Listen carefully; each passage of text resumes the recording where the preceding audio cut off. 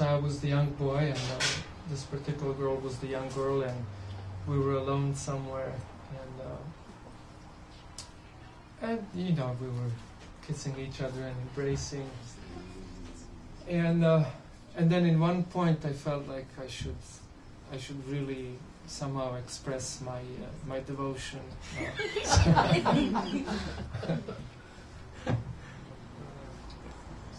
I'll leave that for later. And so I thought I was going to embrace it, like very with great fervor and great affection. So you know, I placed so she was facing me, and I placed my right hand behind her head, and I was going to place her head over my shoulder while I was holding her with the left hand. So I did that, but then I forgot that I was leaning against the wall. So what I did, actually, hit her head against the wall. So, I mean, generally this isn't funny when you hurt someone, but you can just imagine this romantic bubble burst. I think that was one of the most embarrassing moments in my life. It was supposed to be the pinnacle of that experience. Somehow I managed to hurt her, and so that was the end of that. And it was so embarrassing. I mean, it was so embarrassing. It was horrible. I thought, oh God, oh Earth, Mother Earth, open up and swallow me. Not sure if I want to continue to exist. And then what was even more embarrassing was that she saw how embarrassing that was, so she was trying to pretend like nothing happened. My God, nothing happened. You hurt her so bad.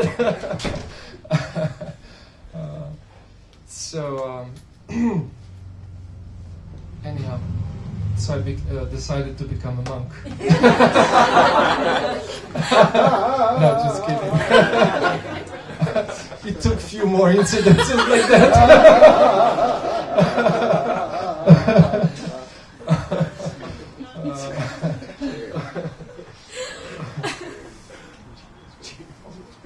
Just kidding.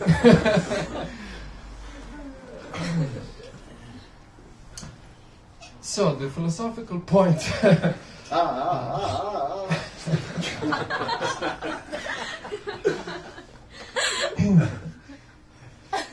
Now, I was thinking of a quote by Plato. Now I'm serious. But I was thinking of is that here's the quote. Maybe this is a good time to read the quote. A lover, if he is worthy of the name, ought to show his love, not to some one part of that which he loves, but to the whole. So this makes a lot of sense, you know. Like you can't, you know, love her cheek, but, you know, smash her forehead in the wall. You know? It just doesn't work. It ruins everything. You know, or, you know, you have a friend and, you know, you like the friend's left arm, but the right arm you have no problem, I don't know, chopping it to pieces or something like that. You know, it doesn't work. You have to have a love for the whole. You have to have a love for the whole. And often people get disillusioned in love when they realize that the person that they thought loved them didn't really love them, but loved just the concept of them. In other words, they realized that was only love of a part of me, not the love of me as I am, as I completely am. And at this point, this is a big crisis in relationships, you know. So you don't love me as a whole, you just love parts of me, you know, parts that fit your imagination or whatnot, or your expectations, you know. And generally, idea of good generally idea of good necessitates awesomeness. Like for example, this tea may taste good, but what if it's not healthy? But this one, luckily, it is healthy and tasty. Well, I didn't try. Let me try.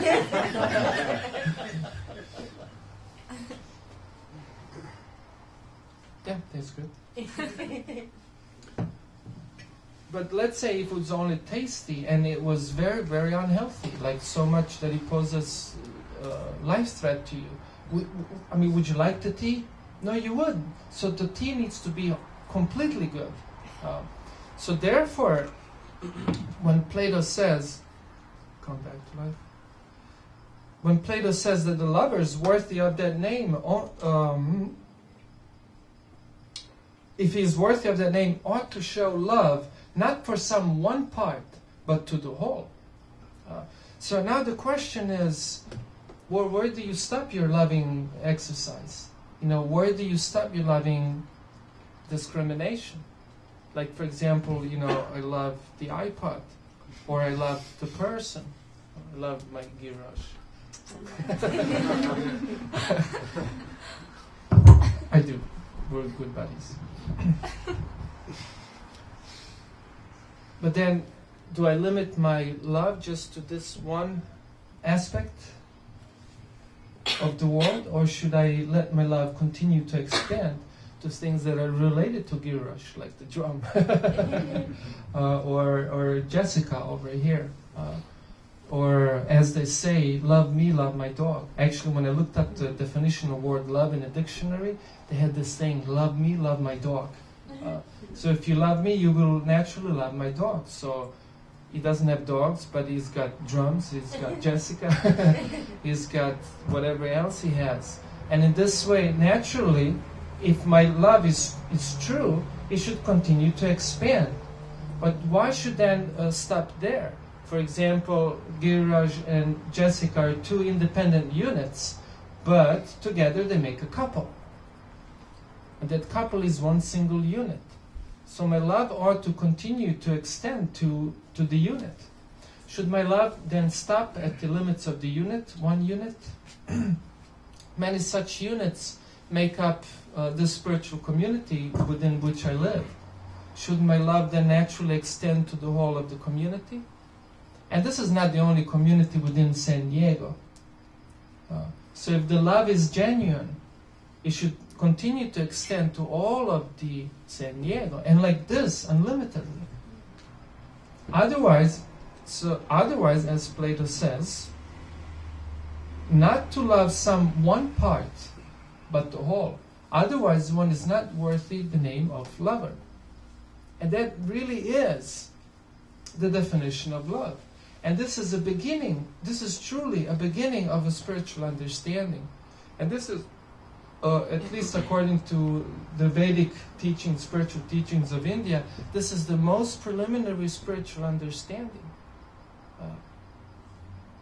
That love ought to expand unlimitedly. Why? Because everything is ultimately one divine organism.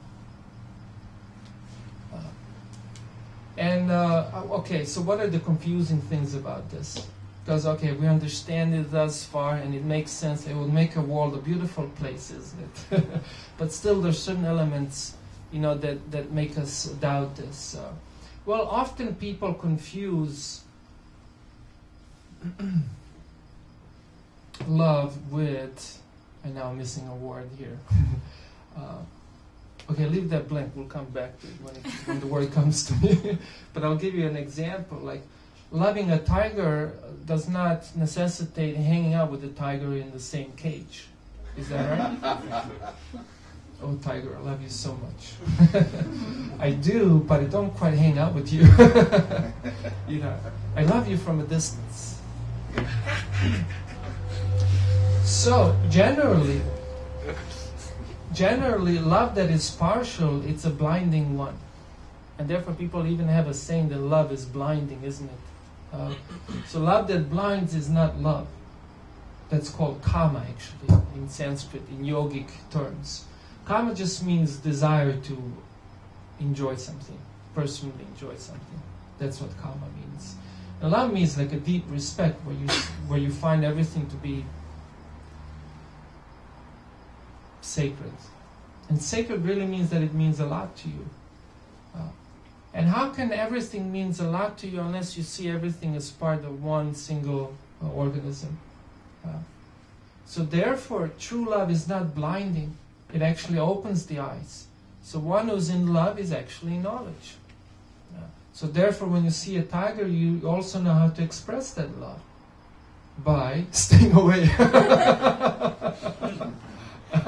And also, giving the tiger its own space, not the one in San Diego Zoo, though, but one in the jungles. So similarly, mother, I was thinking of another example. There's a saying, spare the rod, spoil the child, which is nowadays sort of dangerous to quote because people usually, rod means like beat the crap out of them. No, not the kind of rodding. But generally, some discipline is required in a child's life. So true blind love would spoil the child. Real love would actually make the child. So love is not necessarily only a sentimental thing, but also there is a real element to it, real concern. And all this comes from a genuine education, not just a sentimental disposal. In other words, by true education where one understands philosophically and then tries to put in practice the idea that the whole world is one single organism, is the beginning of development of true love and a truly spiritual experience. And I'll end just with one thing that's constantly repeated nearly every year at San Diego Earth Day Festival, and annoys the hell out of me. Save the planet Earth, because spoiling the planet Earth spoils us. Like you hurt the environment, that hurts us. Darn! I mean, can it get more ignorant? I guess it can. But hey, dude, it's not about you. Everything is one single organism, and everything has a right to exist. It's not that you should give something right to exist because hurting it hurts you. Your love is crooked, is crippled, and you lack spiritual understanding and spiritual education. And therefore you think, boy loves the girl and girl loves the boy, but they roast the chicken. So it doesn't work like that. So true, genuine spiritual experience begins with a spiritual education. How everything is one single organism. And then we try to put that in practice, and then naturally we see how our love develops. Which again, in turn, doesn't have to mean that you always have to go around and kiss everyone. Sometimes means being even harsh. Like my mom was harsh with me many times, and I'm very grateful. I wasn't back then. And sometimes true love may be misunderstood also. Whatever. Genuine is genuine.